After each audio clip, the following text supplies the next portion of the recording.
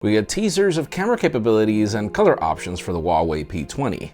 Wear OS seems to be the new name being cooked for Android Wear's revival, and it seems that there is no more Moto, or at least no more Moto mods or the X5. I'm Jaime Rivera, and I actually forgot what day it is today, but I would love it if you would watch our comparison between the S9 Plus and the Galaxy Note 8. This is Pocketnow Daily.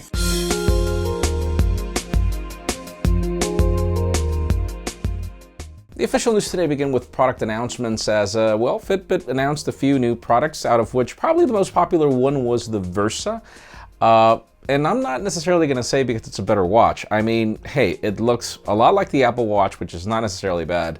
But I don't understand why Fitbit launches products that don't include everything in their watches. Like, for example, I think this would be the only smartwatch out there at that price range, which is $200, that doesn't include a GPS. That doesn't make any sense. And that was like back in the day of the time of the Surge, where only the Surge had a GPS. But yeah, the Versa's out there. Maybe some of you would be interested. You can learn more about it in the description.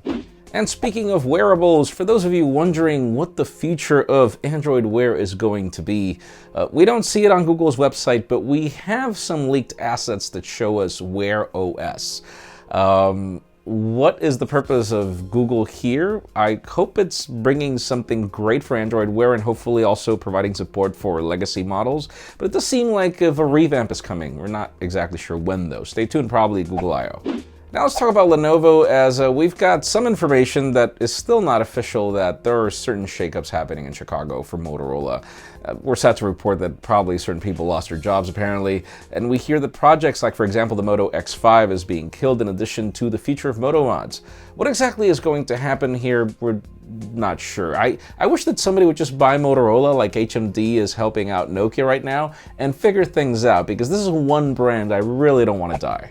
Now, we've been hearing all the rumors and all the mess regarding the Broadcom, intent to acquire Qualcomm, when Qualcomm is not looking to be bought, but they're trying to figure their way through investors, etc., etc.